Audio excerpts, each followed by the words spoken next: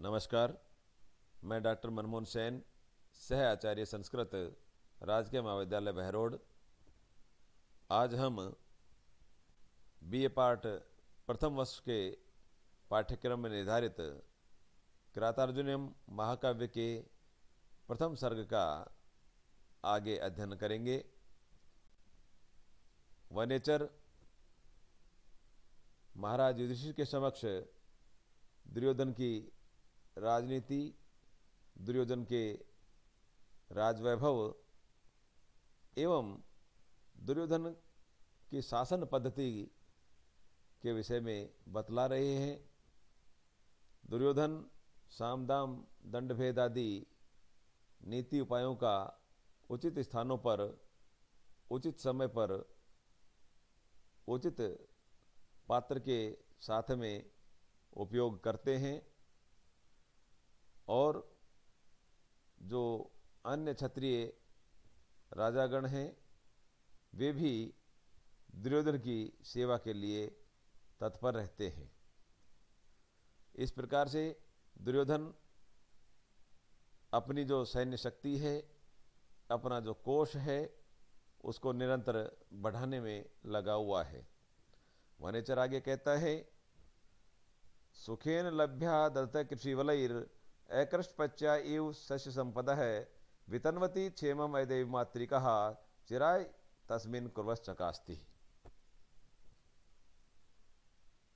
जो कुरु जनपद है उसके कल्याण के लिए दुर्योधन किस प्रकार से कार्य कर रहा है, इस संबंध में बतलाते हुए वनेचर कहता है, चिराय लंबे समय से, तस्मिन क्षेमम वितन्वती उस दुर्योधन के द्वारा, क्षेमम वितन्वती कल्याणकारी साधनों का विस्तार करते रहने से, अदेव मातृका भाग्य पर निर्भर न रहने वाला कुर्वः जो कुरु जनपद है, अकृष्टपच्या इव, अकृष्टपच्या बिना जोती भूमि पर पकने वाली फसल के समान, कृषि वलय किसानों के द्वारा, सुखेन लभ्या सुखपूर्वक सरलता से प्राप्त, शस्य संपदा है धान संपदा को ददतः धारण करता हुआ, चकास्ति सुशोभित हो रहा है। दुर्योधन का जिस क्षेत्र पर, जिस कुरु प्रदेश पर अधिकार है, वहां पर्याप्त मात्रा में धान्य संपदा उत्पन्न हो रही है। वहाँ के जो किसान हैं वो अपनी खेती के लिए वर्षा पर निर्भर नहीं है, क्योंकि दुर्योधन ने अपने राज्य में, अपने क्षेत्र में, अपने प्रदेश में अनेक नदियों का विस्तार किया है, अनेक नहरों का निर्माण किया है, अनेक कूपों का, तड़ागों का, तालाबों का निर्माण किया है। इसलिए यदि किसी समय वर्षा आदि नहीं होती है तब भी वहाँ का जो किसान है वह पर्याप्त मात्रा में पानी आदि की पूर्ति कर लेते हैं। एक बार पुनः देखिए, चिराय लंबे समय से, तस्मिन क्षेमम वितन्वती उस दुर्योधन के द्वारा, क्षेमम वितन्वती कल्याणकारी साधनों का विस्तार करते रहने से, प्रजा के हित के उपाय करते रहने से, अदेव मातृका भाग्य पर निर्भर न रहने वाला कुर्वः जो कुरु जनपद है, कुरु प्रदेश है, वह अकृष्टपच्या इव बिना जोती हुई भूमि पर पकने वाली फसल के समान, कृषि वलय किसानों के द्वारा, सुखेन लभ्या सुखपूर्वक प्राप्त, सरलता से प्राप्त, शस्य संपदा है धान्य संपदा को ददतः धारण करता हुआ, चकास्ति सुशोभित हो रहा है। चकास्ति, चकास धातु चमकना अर्थ में, सुशोभित होना अर्थ में, लट लकार प्रथम पुरुष और बहुवचन का रूप है। वितन्वती में वि उपसर्ग पूर्वक तनु धातु है, सत्री प्रत्यय लगा और सप्तमी विभक्ति एक वचन में वितन्वती बना। इस पद्य में, इस श्लोक में भी वंशज संत का ही प्रयोग किया गया है। इस श्लोक के माध्यम से वनेचर कहना चाहता है कि वह दुर्योधन सैन्य शक्ति के रूप में भी सुदृढ़ है, वहाँ के जो किसान हैं वो भी संतुष्ट हैं, दुर्योधन प्रजा के कल्याणकारी जो साधन हैं, जो संसाधन हैं, उनको निरंतर बढ़ाता रहता है और अपनी प्रजा को संतुष्ट भी रखता है। और वहाँ की जो पृथ्वी है, जो कुरुजनपद है, वह पर्याप्त मात्रा में धन संपदा है, वह उत्पन्न कर रहा है। आगे वनेचर कहता है, उदार कीर्तेर उदयम दयावत है, प्रशांत बाधम दिस्तो अभिरक्षया, स्वयं प्रदुग्धे अस्य गुणैरप उपस्नुतः, वसुपमानस्य वसुनि मेदिनी।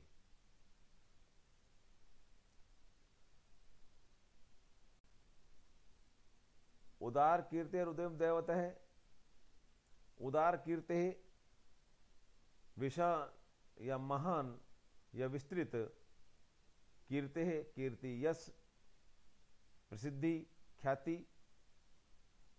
दयावत है दयालु, अभिरक्षया सब और रक्षक नियुक्त करके, प्रशांत बाधम बाधाओं को, व्यवधानों को, विघ्नों को दूर करने वाला, उदयम दिस्त है उन्नति को प्राप्त करने वाला, उन्नति को फैलाने वाला, बढ़ाने वाला,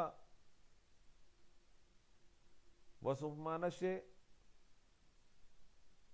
कुबेर के समान, अश्य उसके गुणई गुणों से, उपस्नुता द्रवित हुई, मेदिनी पृथ्वी, स्वयं वसुनी प्रदुग्धे अपने आप वसुनी प्रदुग्धे धन रूपी दूध का दोहन करती रहती है।